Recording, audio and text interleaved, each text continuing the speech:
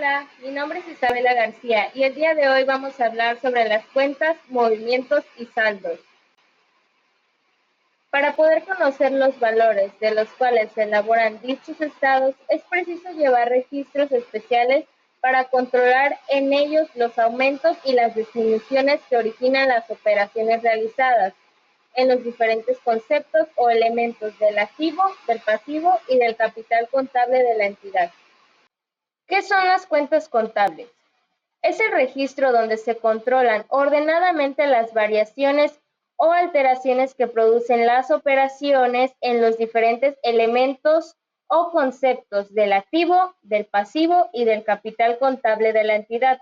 En pocas palabras, las cuentas contables son instrumentos que registran de manera cronológica todos los movimientos financieros y contables que ocurren en una empresa o en una entidad. ¿Cuál es la clasificación de las cuentas? Primero tenemos las cuentas de activo. ¿Qué son los activos? Los activos son todos los bienes y derechos que posee una empresa, ya sea tangibles o intangibles. Las cuentas de activos se clasifican en activo fijo, activo circulante, activo diferido y activo intangible. Las cuentas de pasivo. ¿Qué son los pasivos? Estas son las obligaciones que tiene un negocio o una empresa con una entidad. Por ejemplo, el compromiso que tiene una empresa de pagar algún préstamo.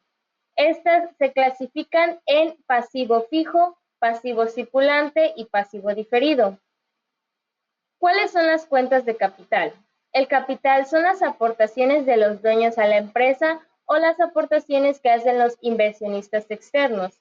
Las cuentas de capital se clasifican en capital social, patrimonio, reserva legal, resultado de ejercicios anteriores, resultado del ejercicio y donaciones. ¿Cuáles son las partes que componen las cuentas contables? Primero tenemos el nombre de la cuenta. El nombre que se asigna a la cuenta debe de dar una idea clara y precisa del concepto o elemento que controla. Por ejemplo, a la cuenta que controla el efectivo se le llama caja. Si estamos hablando de activos, también podríamos hablar de terrenos, de edificios, de marcas, de logos, entre otros.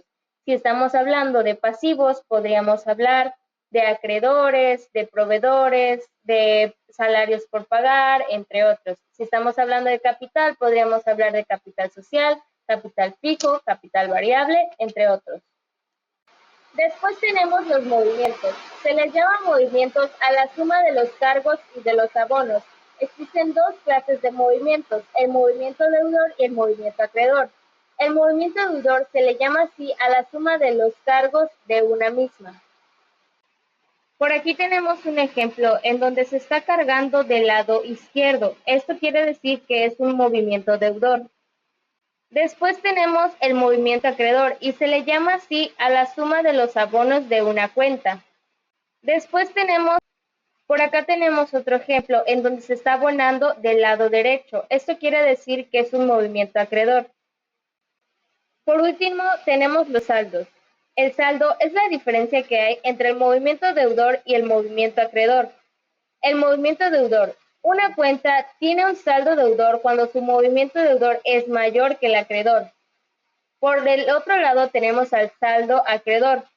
Una cuenta tiene saldo acreedor cuando el movimiento acreedor es mayor que el deudor.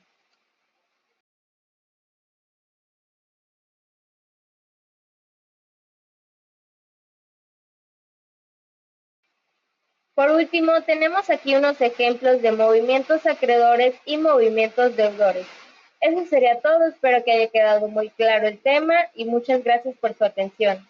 Bye.